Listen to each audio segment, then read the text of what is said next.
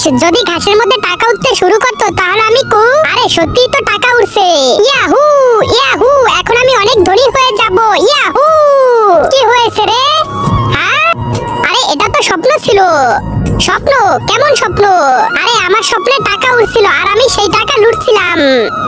হ্যাঁ হ্যাঁ, আরে তোর হাতে সত্যিই টাকা এসেছে। হ্যাঁ ভাই, আমার স্বপ্ন তো সত্যি হয়ে গেছে।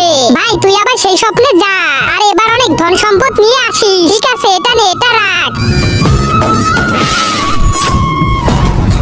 ইস, যদি আমি ধন সম্পদ পেয়ে যেতাম। হ্যাঁ হ্যাঁ, ধন সম্পদ পেয়ে গেছি। ইয়াহু, হ্যাঁ ওয়াও, দারুণ হয়েছে ভাই, তুই তো সত্যি ধন সম্পদ নিয়ে চলে এলি। হ্যাঁ ভাই, নিয়ে এসেছি। ভাই আমাদের টাকা ধন সম্পদ হয়ে গেছে, এখন শুধু একটা সুন্দর মেয়ের অভাব। চল ভাই, নিজে গিয়ে একটা নিয়ে আয়। হ্যাঁ ভাই, ঠিক বলেছিস, যদি আমাদের জীবনে একটা সুন্দর মেয়ে আসে তাহলে আমাদের জীবন একবারে মজায় ভরে যাবে। ধর এই সম্পদ, আমি একটা মেয়ে নিয়ে আসছি। ইস, যদি আমি একটা খুব সুন্দর মেয়ে পেতাম। ছেড়ে দাও আমাকে, ছেড়ে দাও, আমার ইজ্জত নিও না, ছেড়ে দাও আমাকে। মনে হয় এটাই সেই মেয়ে, ওকে বাঁচাতে হবে। না না, আমাকে ছেড়ে দাও, না না না।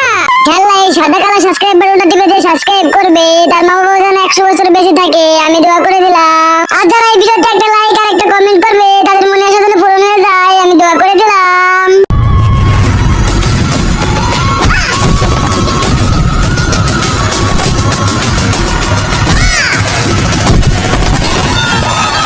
চলো বেবি।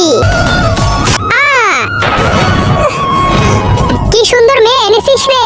আরে এখন এই মেয়েটাকে ছাড়, আমার গুলি লেগেছে, আমাকে হাসপাতালে নিয়ে চল, না হলে আমি মরে যাব। আরে আমি তোকে নিয়ে যাব না। কেন রে? কারণ যদি আমি তোকে বাঁচাই তাহলে এই টাকা, এই ধন সম্পদ আর এই সুন্দর মেয়েতে তোকে ভাগ দিতে হবে। মর শালা, আসো বেবি। আরে আরে, আমাকে